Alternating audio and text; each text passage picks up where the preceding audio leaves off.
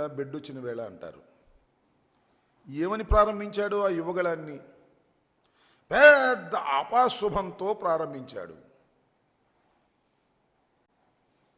కుప్పంలో ఆయన అడుగు వెయ్యంగానే నందమూరి తారక రామారావు గారి కుమారుడైనటువంటి మోహన్ కృష్ణ అనుకుంటాను, వారి కుమారుడు పాపం చాలా ప్రఖ్యాతిగాంచిన చలనచిత్ర హీరోగా ఒకేసారి చాలా చిత్రాలను ప్రారంభించి ప్రజల్లో ఒక స్థానాన్ని ఏర్పరచుకున్నటువంటి వ్యక్తి. ఆయన పేరు తారకరత్న.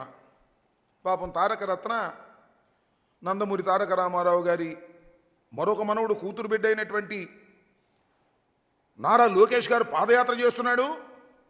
ఆ పాదయాత్రకు మీరందరూ రండి అని ఆహ్వానిస్తే పాపం వచ్చాడు. ఆ పాదయాత్రలో 4 అడుగులు వేశాడు, కుప్ప కూలిపోయాడు. తర్వాత హాస్పిటల్లోకి తీసుకువెళ్ళారు. అక్కడ లాభం లేదంటే బెంగళూరు నారాయణ హృదయాలయానికి తీసుకువెళ్ళారు.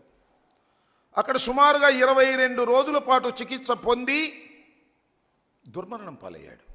కేవలం 39 సంవత్సరాలకే. అంటే నారా లోకేష్ గారి పాదయాత్ర పాదం పెట్టంగానే టపాలను రాలిపోయారు నందమూరి వంశస్థులని మనవి చేస్తున్నా.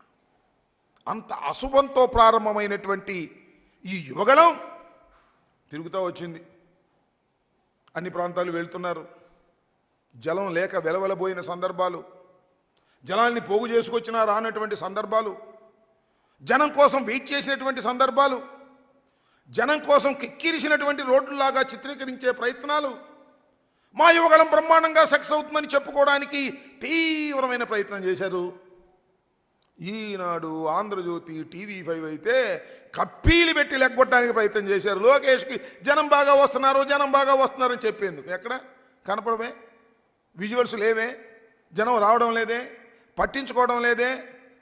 లోకేష్ అంటే ఒక బఫూన్.